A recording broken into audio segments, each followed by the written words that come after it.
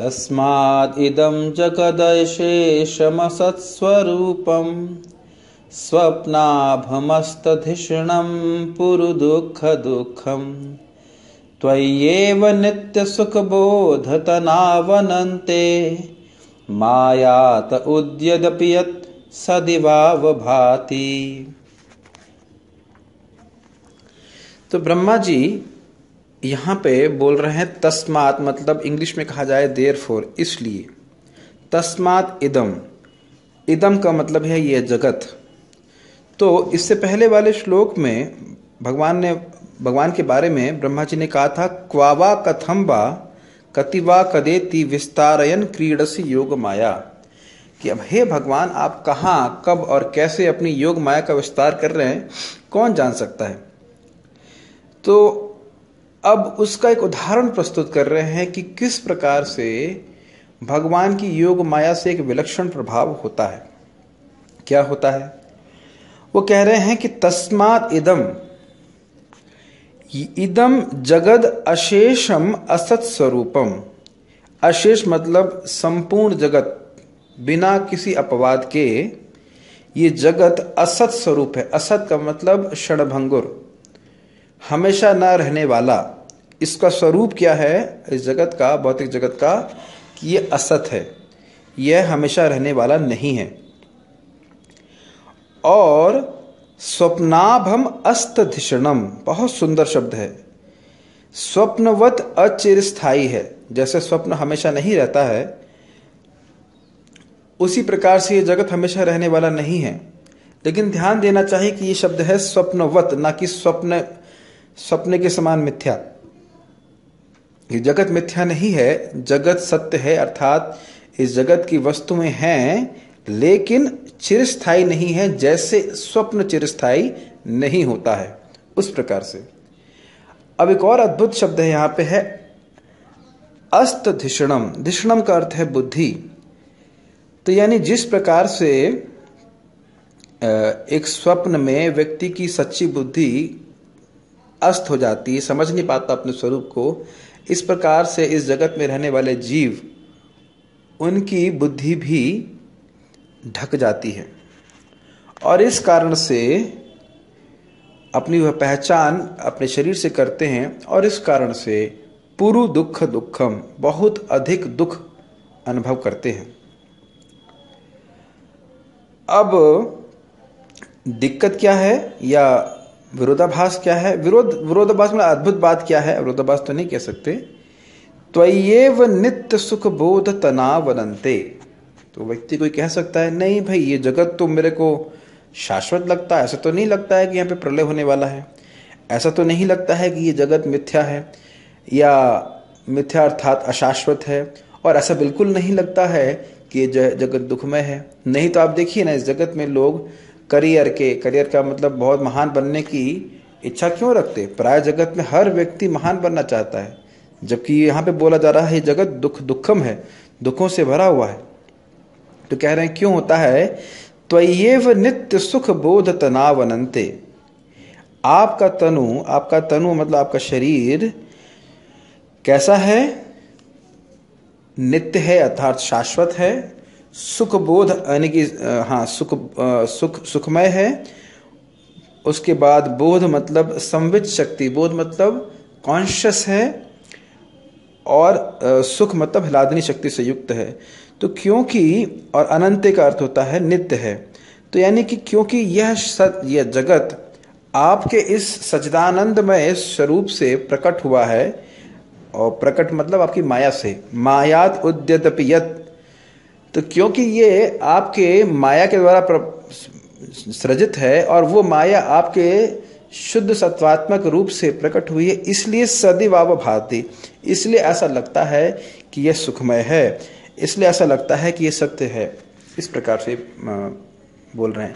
तो इससे बोलना क्या चाहते हैं? बोलना ये चाहते हैं, यहाँ पे उदाहरण प्रस्तुत कर रहे हैं कि देखिए भगवान किस प्रकार से अपनी योग माया का विस्तार कर रहे हैं, और योग माया के प्रभाव से ये जगत जो पूरी तरह दुखमय है, यह जीवों को, बद्ध जीवों को सुखमय लगता है। ये बात है। अब इन शब्दों को हम उसको समझ लिया है, अब हम उसको पढ़ने का प्रयास करेंगे।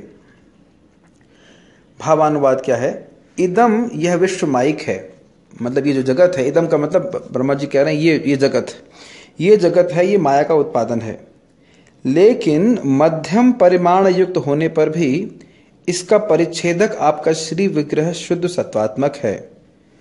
मतलब भगवान का स्वरूप ऐसा लग रहा है बाल गोपाल रूप में कि उसका परिमाण सीमित है, लेकिन वह रूप जो है वह पूरी तरह से शुद्ध सत्वात्मक है और मतलब चिन्मय है, सच्चिदानंद है, और वही इस जगत का स्रोत है। असत का अर्थ क्या है कि यह हमेशा रहने वाला नहीं है, स्वरूप से ही इसका सृजन हुआ था इस जगत का और इसका संहार हो जाएगा। स्वप्नाभ का अर्थ है यह स्वप्न तुल्य क्षणिक है, जैसे स्वप्न हमेशा नहीं रहता है इसी प्रकार से भौतिक जगत भी हमेशा नहीं रहेगा।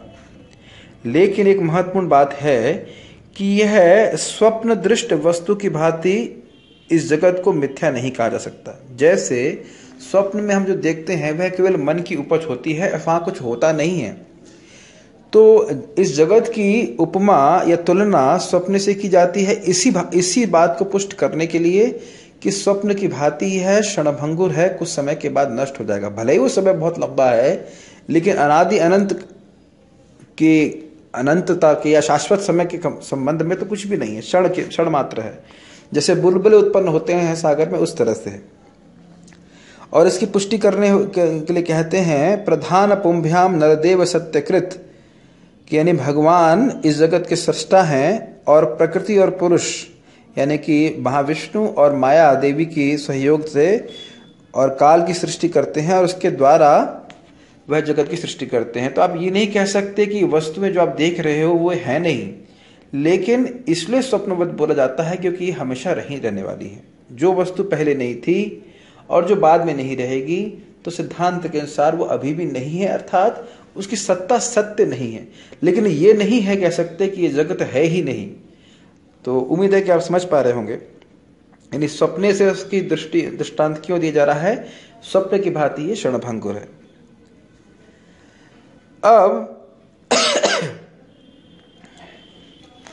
अब यहां पे एक शब्द है अस्त धिषणम। अस्त मतलब अस्त हो गया और धिषणम का मतलब होता है बुद्धि। तो बद्धात्माओं की बुद्धि अस्त हो चुकी है, वह नहीं समझ पा रहे हैं कि वो कौन है और वह अविद्या से ग्रसित हो जाते हैं। तो अविद्या से ग्रसित होने के कारण, अपने स्वरूप को भूल जाने के कारण वह इस जगत को अशेष दुखप्रद ही अनुभव करते हैं। अशेष दुखप्रद मतलब जहां दुखों की कोई समाप्ति है ही नहीं। लेकिन क्या भगवान का स्वरूप भी ऐसा है? तो कहते हैं नहीं। नित्य सुख बोध तनव, अर्थात भगवान का जो सच्चिदानंद स्वरूप है वह 3 शक्तियों से युक्त है। नित्य कहने से भगवान की संधनी शक्ति, इसे इंग्लिश में एग्जिस्टेंशियल पोटेंसी कहते हैं, जिसके द्वारा भगवान की सत्ता है हमेशा रहती है। बोध कहने से संवित शक्ति, भगवान की ज्ञान शक्ति, और सुख कहने से हिलादनी शक्ति का बोध होता है। तो यानी कि आपका श्री विग्रह है जो सच्चिदानंदमय है, वह इन 3 स्वरूप शक्तियों से युक्त रहता है। तो अर्थात भगवान इस जगत में कभी प्रकट होते भी हैं या जब भी प्रकट होते हैं तो वह इस जगत के दुखों से प्रभावित नहीं होते, ये तो केवल बद्ध आत्मा ही प्रभावित होता है।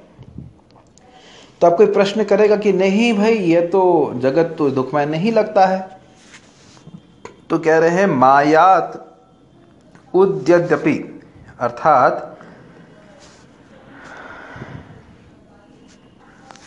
कि माया के द्वारा इस जगत की उत्पत्ति होती है और विनाश होता है, फिर भी यह ऐसा लगता है कि यह जगत हमेशा रहेगा।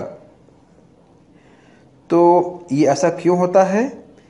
क्योंकि यह जगत मिथ्यादि रूप है, लेकिन इसमें आपका अधिष्ठान होने के कारण ये सत्य के रूप में प्रकट हो रहा है। भगवान कृष्ण की अचिंत्य शक्ति के द्वारा, योग माया के प्रभाव के द्वारा ये जगत सत्य प्रतीत होता है।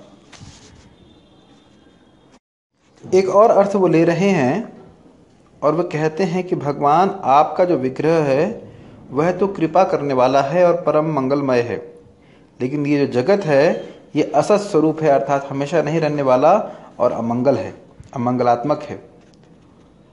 तो अब कोई कहे कि अगर ये जगत मिथ्या है तो उसमें मंगल अमंगल की विचार करने की क्या आवश्यकता है? तो उसके उत्तर में कहते हैं स्वप्न अभाम, अर्थात यह स्वप्न की भांति मिथ्या रूप में प्रतीत नहीं होता है। यानी कि जो भौतिकतावादी लोग हैं, जिनका ज्ञान, जिनकी बुद्धि अविद्या के द्वारा लुप्त हो गई है, उनके लिए यह जगत बहुत दुख प्रदान करने वाला है। ये एक अद्भुत बात है। जिस व्यक्ति को प्रेम प्राप्त होता है उसके लिए विश्वम पूर्ण सुखायते, विश्व पूर्ण सुखमय होता है। हम तो समझ भी नहीं सकते इस बात को, लेकिन जो भगवत प्रेम प्राप्त कर लेते हैं उनके लिए कोई, वो तो हमेशा भगवत धाम में स्थित रहते।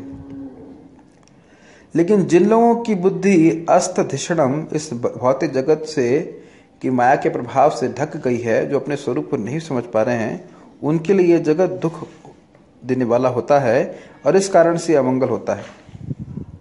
लेकिन ये जगत दुख प्रदान करने वाला होने के बावजूद भी, यद्यपि ये दुख देता है, अमंगल होने पर भी सदैव, अर्थात सत्य की भांति, यानी कि इस जगत में सुख की अनुभूति होती है कुल लोगों को, जो भौतिकतावादी लोग हैं। इसी कारण से वो कहते हैं कि मैं कृष्ण की भक्ति करने की क्या आवश्यकता है। तो ये बहुत अद्भुत बात है। अगर मैं कहूँ कि नमक मीठा लग रहा है तो आप विश्वास नहीं करेंगे। मैं कहूँ चीनी अगर नमकीन लग रही है तो आप विश्वास नहीं करेंगे। लेकिन इसी प्रकार से ये जगत दुखमय है, लेकिन भगवान की अचिंत्य शक्ति से ये सुखमय लगता है। और भगवान का नाम रूप गुण लीला सुखमय है, लेकिन अविद्या से ग्रसित जीवों को यह दुखमय लगता है, यह कष्टपूर्ण लगता है। तो ये भगवान की अचिंत्य शक्ति है। तो इस भगवान की अचिंत्य शक्ति को ही कहीं वर्णन यहाँ पे ब्रह्मा जी कर रहे हैं।